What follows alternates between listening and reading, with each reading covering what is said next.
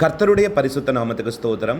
ஆண்டவர் கொடுத்த அன்புக்குரிய நாளுக்கு நன்றி சொல்லி, கர்த்தராகிய தேவன் இன்று உங்களிடத்திலும் என்னிடத்திலும் ஒரு கேள்வி கேட்கிறார். என்ன கேட்கிறார் தெரியுங்களா?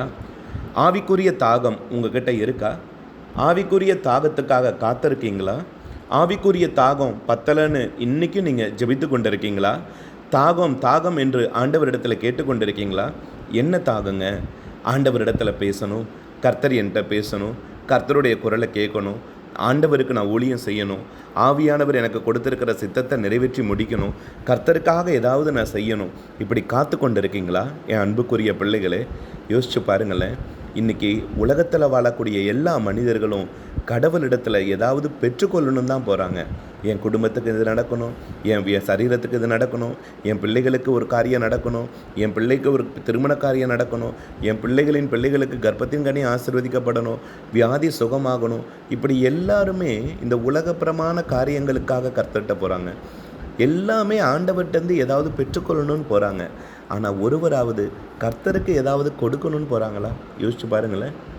கர்த்தருக்கு நான் ஏதாவது தரணும், ஆண்டவருக்கு ஏதாவது தரணும்னு என்னைக்காவது ஆலயத்துக்கு போயிருக்கோமா? நீங்கள் கொடுக்குற காணிக்கை பொண்ணோ பொருளோ அவருக்கு முக்கியம் அல்ல. அவர் எதிர்பார்ப்பதெல்லாம் ஒன்றே ஒன்று தான், அன்பு. முழு உள்ளத்தோடு, முழு இருதயத்தோடு. நம்ம ஆண்டவர் எப்பேற்பட்ட ஆண்டவர் தெரியுங்களா?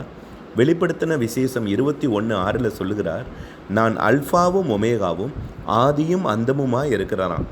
ஆதியும் அந்தமுமாய் இருக்கிறவர் தான் யார்? நம்ம ஆண்டவர் இயேசு கிறிஸ்து. தாகமாய் இருக்கிறவனுக்கு நான் ஜீவ தண்ணீரில் இலவசமாய் கொடுப்பேனா. என்ன கொடுக்குறாரு? யாரெல்லாம் தாகத்தோடு காத்திருக்கீங்களோ, ஆவிக்குரிய தாகத்தோடு காத்திருக்கீங்களோ, அவர்கிட்ட இருக்கக்கூடிய ஜீவ தண்ணீர் ஊற்று இருக்குது பார்த்தீங்களா? அவர்கிட்ட இருந்துச்சுல்ல. இயேசு இந்த உலகத்தில் மாம்சமாக உலகத்தில் பிறந்த பொழுது அவரிடத்துல இருந்துச்சு பார்த்தீங்களா அந்த ஜீவ தண்ணீர் ஊற்று? அதிலிருந்து இலவசமாக கொடுக்குறாராம். யாருக்கு? தாகமாக இருக்கிறவருக்கு. நீங்கள் தாகத்தோடு இருக்கீங்களா? ஆண்டவருக்காக ஏதாவது செய்யணும்னு வைராக்கியத்தோடு காத்திருக்கீங்களா? வியாதிகளுக்கு மேலே கை வச்சா அவர்கள் சொஸ்தமாகணும்னு ஆவலோடு தாகத்தோடு காத்திருக்கீங்களா? எனக்கு ஊழியம் வரம் வேணும்னு சொல்லி ஆவலோடு தாகத்தோடு காத்திருக்கீங்களா? நான் ஜெபத்துக்கு ஒரு அற்புதம் கிடைக்கும்னு தாகத்தோடு காத்திருக்கீங்களா?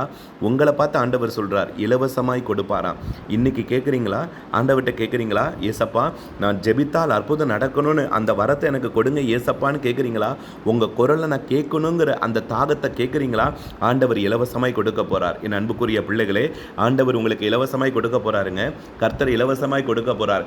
வெளிப்படுத்தின விசேஷம் 21:6 மறுபடியும் நினைவு கூறுங்க. ஆதியும் அந்தமுமாய் இருக்கிற கர்த்தராகிய தேவன் தாகமாய் இருக்கிறவர்களுக்கு அவரிடத்தில் இருக்கிற ஜீவ தண்ணீரூற்றில் இலவசமாய் கொடுக்க போகிறார். ஆண்டவர் மேலே நம்பிக்கை வைத்திருக்கிற பிள்ளைகளே, இன்னைக்கு உங்களுக்கு இலவசமாக ஆண்டவருடைய ஆவிக்குரிய தாகம் நிறைவேற போகிறது. சந்தோஷமாக கர்த்தருக்கு நன்றி செலுத்துங்கள். ஆமேன், ஆமேன், ஆமேன்.